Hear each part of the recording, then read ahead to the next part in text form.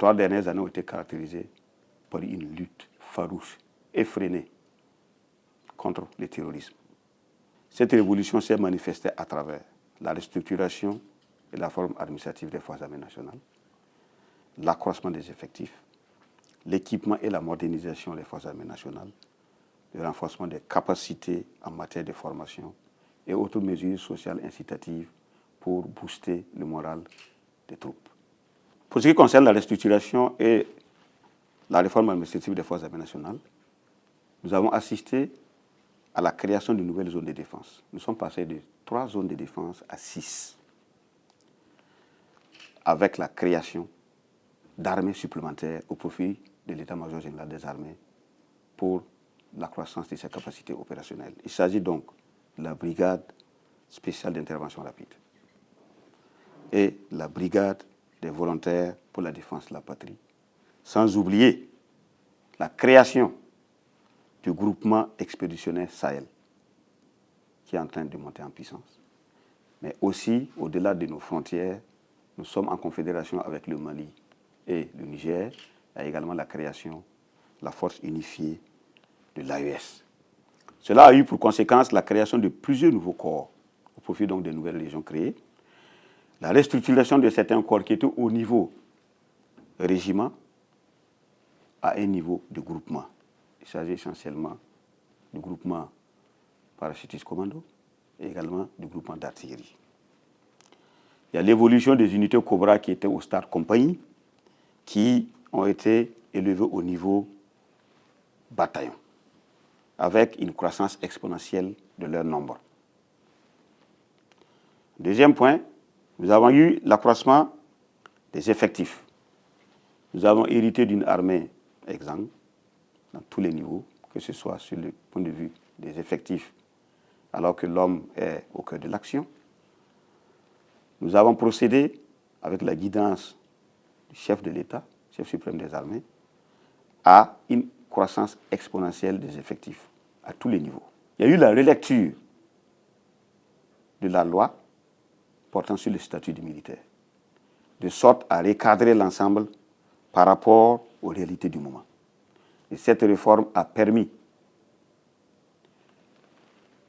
de faire en sorte que l'avancement soit beaucoup plus fluide dans les forces armées nationales et a surtout permis la réhabilitation et la reconstitution des carrières d'un certain nombre de personnels, de sorte que ceci, en tout cas, ait le moral pour pouvoir continuer et commander comme il se doit les unités qui sont le sort de la responsabilité. En matière d'équipement, tout le monde l'a suivi.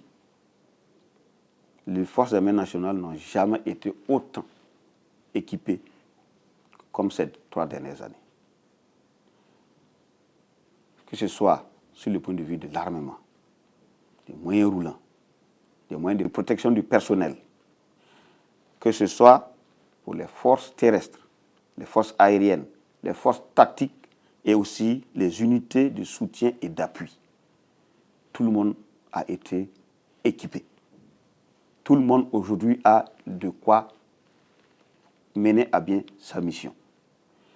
Il y a eu aussi les services techniques comme la Direction centrale du génie militaire, qui est opérationnelle et tactique à la fois, mais qui a été également équipée et dotée de moyens de construction de routes qui dit accroissement des effectifs, dit formation. Parce que la formation également est un aspect fondamental, décisionnel de la capacité opérationnelle du militaire. Actuellement, il y a la construction de la nouvelle Académie militaire Georges Namanou qui est en cours, de sorte à pouvoir assurer formation dans de bonnes conditions de nos futurs officiers. Il en est de même pour l'École nationale des sous-officiers d'actifs.